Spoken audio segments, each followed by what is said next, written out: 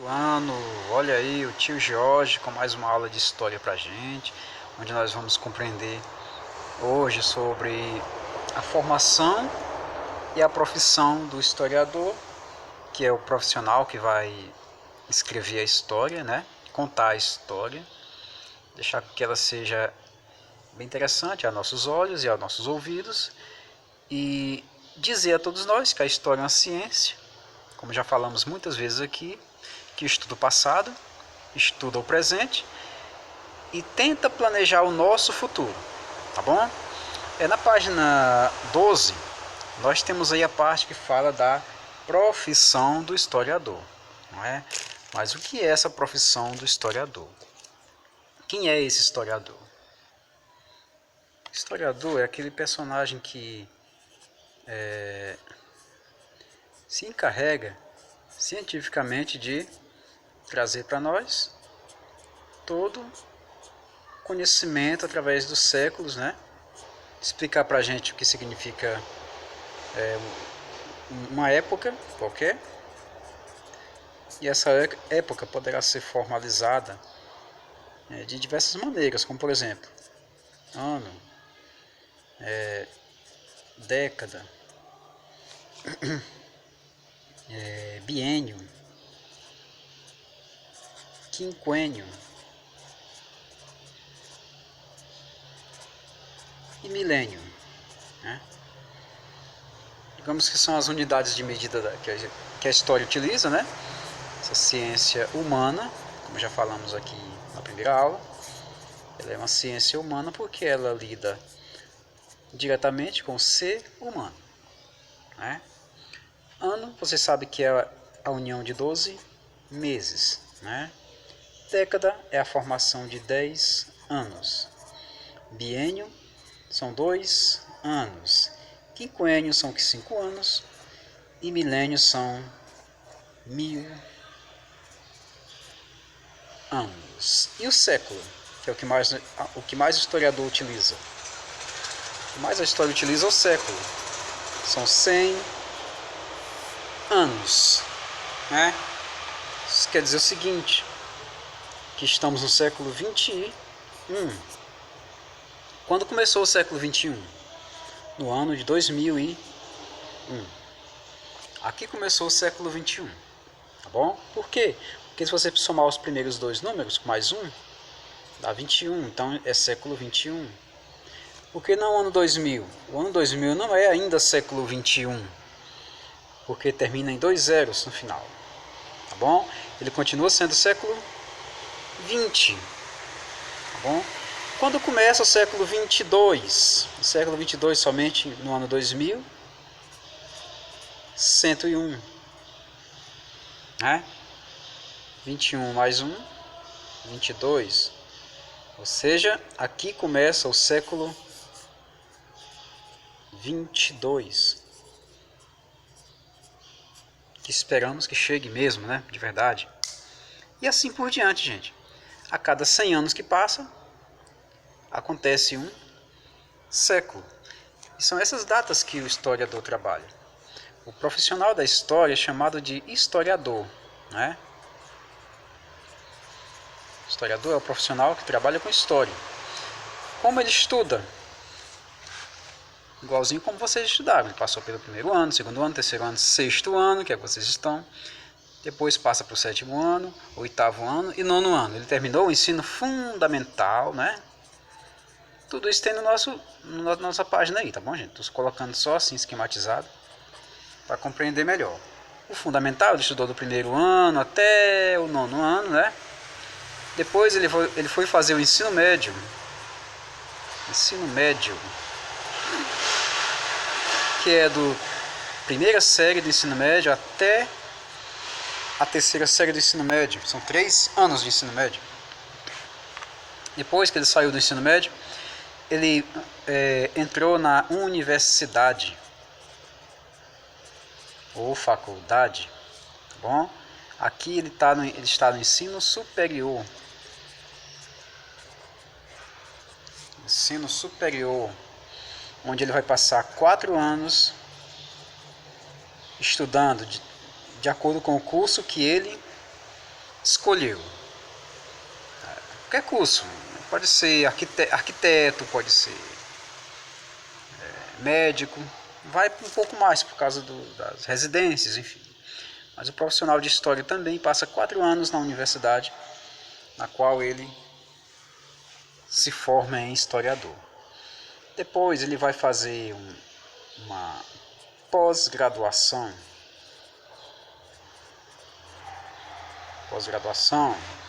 Ele vai ser especialista, né? Especialista, ele vai ser mestre, ele vai ser doutor. Bom, também pode ser PhD, pós-doutor, né? Pode ser PhD também, pós-doutor. Então, é o seguinte, o profissional de história, para ser profissional de história, tem que passar necessariamente pela universidade. Não que ele não precise fazer isso aqui, não importa tanto que ele faça, não. O importante é que ele passe na universidade e fique lá por pelo menos 4 anos. Pode ir até mais, mas no mínimo 4 anos. Essa profissão, essa ciência chamada história, ela apareceu desde quando o ser humano existe, ela também existe. Mas como ciência, ela surge na Grécia. Surge na Grécia e o pai da história é um grego. O pai da história se chamava Heródoto.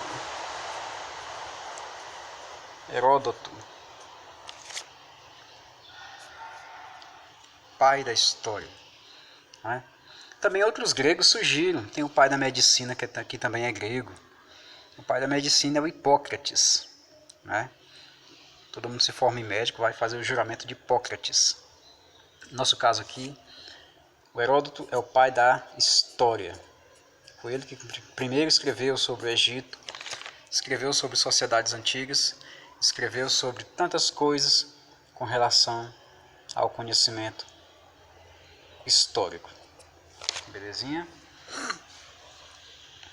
A história também teve seus momentos pós-Grécia, né? A história teve também seus momentos, teve também algumas fases, né? Depois de Heródoto, surgiu aí já em tempos bem atuais a história positivista que nós vimos aí na aula passada, mais precisamente na página 9. Página 9 fala da história positivista, né?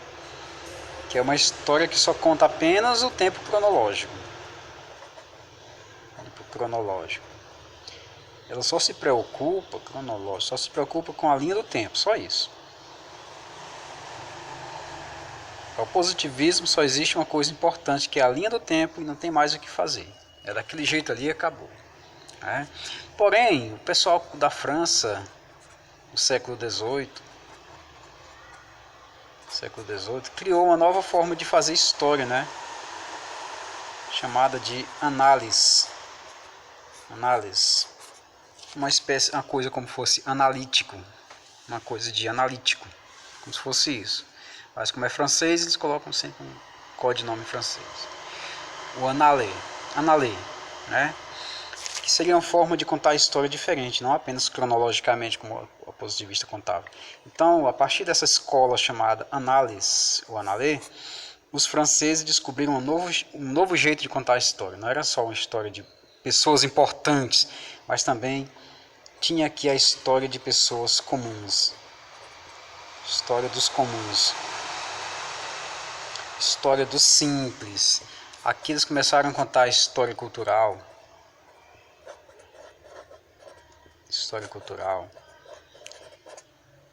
A história econômica. História política. A história social. Certo? Aqui que o pessoal começou a criar os pilares da história. E aqui o povo mais simples começava a entrar na história. E muitos livros foram escritos a respeito dessas análises e da sua importância. A página 12 e 13 nós acabamos de falar em poucos esquemas, tá bom? Qualquer dúvida que meus pequenos tiverem aí, volta novamente. Ver que aqui é um confronto. Uma história positivista, que só conta, só valoriza a cronologia e as pessoas mais importantes. Do outro lado tem uma história dos análises, que analisa os comuns, as pessoas simples, que é uma história mais nova de se contar. É a história que vem nos livros atuais, é essa daqui. Tá bom? História que envolve muitas coisas em comum. Daí que nasce a coisa da cultura, da economia, da política, da sociedade, da religião, enfim, tudo isso aqui é contado na história hoje em dia. Tá bom? Olha que interessante, o tio passou para casa algumas páginas, né? E elas começam aqui na página 13, onde nós podemos ver aqui a imagem de um astronauta, o homem que chegou na Lua em 69, 1969, o homem chega na Lua, né? Professor, eu não acredito não sei o que. Olha só, gente, haviam países interessados em chegar à Lua, no caso Estados Unidos e também a União Soviética. Ambos chegaram ao espaço, tá bom? Eles foram ao espaço. A União Soviética mandou uma cachorrinha chamada Laika para o espaço. Depois mandou o primeiro ser humano ao espaço. Os Estados Unidos mandaram depois um ser humano ao espaço e ele fez a volta ao redor da Terra. A União Soviética tinha saído na frente. Os americanos, para não ficar para trás, né, resolveram então empreender uma viagem até a Lua. Defendida pelo presidente John Kennedy, os Estados Unidos resolveram então chegar até a Lua na frente da União Soviética. Então a pergunta diz assim: a imagem ao lado retrata um dos acontecimentos históricos mais importantes da era moderna. Em 20 de julho de 1969, o americano Neil Armstrong foi o primeiro homem a pisar na Lua. A história existe para registrar fatos como este e discutir as diversas mudanças por eles causadas. Você se lembra de ter presenciado algum fato histórico pessoalmente ou pela TV ou internet? Escreva sobre ele. Onde você estava quando ele aconteceu? Que mudanças, na sua opinião, ele causou? Se possível, busque imagens e mostre para a sua turma e seu professor. Logicamente, nós não teremos esse contato presencial, mas a sua pesquisa, você pode pegar um pedacinho de papel e colocar um clipe. Você faz um papel, pega um post-itzinho, pode ser, coloca um clipe na página e coloca resposta da primeira questão, onde você vai citar um fato histórico que você vivenciou. Professor, mas é difícil, professor. E agora, professor? Eu não sei de nada, não vivenciei nada, eu sou só um pequeno do 6º ano. Eu sou só uma pequena do 6º ano. Sabe por que você está assistindo essa aula à distância, meu pequeno? Minha pequena? Exatamente por causa de um fato histórico que está acontecendo agora. Uma pandemia. Uma pandemia é um fato histórico, porque ela atinge o mundo todo, não é só um país, não é só uma cidade, não. Então você pode citar aqui a pandemia como fato histórico que eu pesquisei. Você pode citar as causas dessa pandemia. Quais foram as causas? Há um vírus que surgiu na China, que esse vírus se espalhou pelo mundo todo, porque as pessoas não param em lugar nenhum, ficam só viajando, e acabaram transportando esse vírus. Aí qual é a consequência disso? Você vai e coloca. A consequência disso é um isolamento social em todo lugar, por isso estamos assistindo a aula online, estamos em isolamento social em casa, o comércio não abre, não podemos brincar. Você cria a sua resposta de acordo com o fato histórico. Eu citei o exemplo da pandemia. Se você achar que você está vivendo um outro fato histórico, você coloca também. Tá bom? Como eu falei, pega o papelzinho aqui, faz o clipezinho e engancha aqui na página e coloca a resposta da primeira questão. Professor, mas eu estou vendo que é homem na Lua. E aí, será se ele volta para a Lua? Bom, para Marte ele quer voltar, ele quer ir. Ele quer ir para Marte em 2030. Não se sabe se ele vai conseguir, né? Mas quando você duvida que o homem chegou na Lua, quando você duvida que ele chegou na Lua, tem um país interessado em quebrar em jogar tudo fora, que é a União Soviética. Se os americanos não tivessem chegado na Lua, o primeiro a denunciar seria a União Soviética, e ela não denunciou. Né? Quer dizer, sinal de que realmente o homem foi para a Lua. Uma das provas é essa. Uma das provas da pandemia é estarmos aqui assistindo essa aula à distância. Tá bom, meus pequenos? Imaginem um pouquinho que você consegue responder. Vamos para a segunda. A imagem que você vê abaixo é um painel do artista espanhol Pablo Picasso, chamado de Guernica. Essa obra de arte pode ser considerada uma fonte histórica, pois representa, numa linguagem singular, um fato real. Faça uma pesquisa sobre esse fato e descreva, em seu caderno, a maneira como você encara o quadro. O quadro é esse bem aqui, gente. Deixa eu mostrar para vocês. Você vai fazer o seguinte. Você vai na internet, tenta encontrar esse quadrozinho aqui, do Pablo Picasso, coloque da mesma forma, numa folhinha, num pedacinho de papel, o que significa essa imagem. Dica, um spoiler aí para vocês. Essa imagem ela é bem próxima à Segunda Guerra Mundial, onde pessoas estão mortas, enfim, tal, um atentado numa cidade chamada Guernica, enfim. Então tentem ver esse quadro aí do Pablo Picasso e façam um pequeno resumozinho sobre ele. Aí coloca aqui na página de vocês com um clipezinho, tá bom? Muito bem, temos aqui a terceira questão. Não vamos fazer todas hoje não, viu gente? Só algumas que é pra vocês terem a oportunidade de fazer em casa. A terceira questão tem o enunciado aqui, ó, como vocês podem perceber. Que diz assim: como vimos, é muito mais fácil uma sociedade substituir os bens materiais do que as crenças, os aspectos culturais, o modo de vida. O homem facilmente cria mecanismos de substituição de bens materiais. Um exemplo dessa constante substituição acontece quando os meios de comunicação, Observe os instrumentos abaixo e relacione-os com o que você aprendeu sobre os ritmos das mudanças sociais. Para você, como será o futuro desses aparelhos? Agora com seus colegas discuta. Tá mesmo jeitinho. Resposta da terceira questão. Tá bem aqui, professor. Vou enganchar bem aqui com um clipezinho. Você vai dizer qual é o futuro da televisão. Será que essa televisão você vai poder levar para todo lugar que você for? Será que ela vai ser igual uma cartolina, você dobra ela todinha, quando chega você desdobra e ela começa a funcionar? Tente descobrir como é o futuro desses aparelhos aqui e tente fazer um exercíciozinho de imaginação. Tá bom, gente? Telefone, tem uma calculadorazinha aqui, tem um smart ali, um tablet, tem um computador bem antigão aqui, viu? E tem um rádio. Como vai ser o futuro do rádio? O rádio nunca acabou, ainda hoje existe rádio.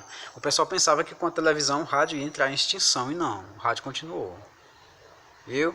As demais eu deixo com vocês. Na próxima aula eu comento a quarta questão, a quinta, a sexta, a sétima, tá bom? Por enquanto é só isso, viu gente? Vocês fiquem em casa, se cuidem, meus pequenos e minhas pequenas do sexto ano. A gente ainda vai se divertir muito esse ano, não se preocupem não, tá bom? Então, tchau, se cuidem.